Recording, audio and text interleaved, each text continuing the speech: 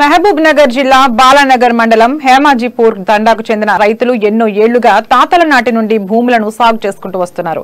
దీంతో ఇటీవల కాలంలో ప్రభుత్వం ప్రవేశపెట్టిన ధరణి పోర్టల్ కారణంగా తమ భూములు తమకు తెలియకుండానే ఇతరుల పేరుపై రిజిస్ట్రేషన్ చేశారని బాధితులు ఆరోపిస్తున్నారు.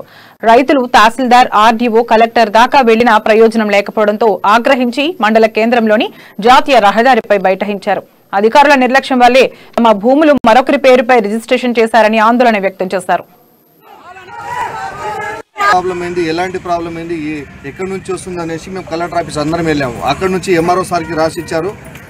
ఇది ఒక డేట్ చూడండి సార్, 21/12. సార్, మాకు పొలం విషయంలో చాలా అన్యాయం జరిగింది.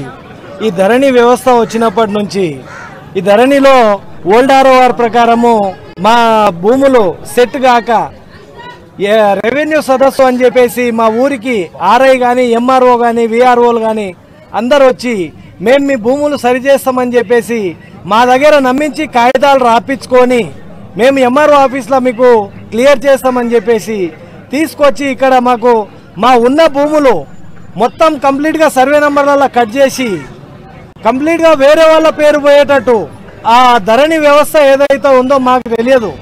ఇప్పుడు మొత్తం కంప్లీట్గా ఈ ధరణి వ్యవస్థ వల్ల మా గ్రామ పంచాయతీకి సంబంధించిన భూమి 220 ఎకరాలు గ్రామం నుంచి కొంతమంది రైతులు ధరణిలో మా పేర్లు ఎక్కర్లేదు, అసలు ల్యాండే లేదు వాళ్ళకి, వాటిని పరిష్కారం చేసి మా పేర్లు ఎక్కేయమని వాళ్ళు ఎంఆర్ఓ ఆఫీస్కి రావడం జరిగింది.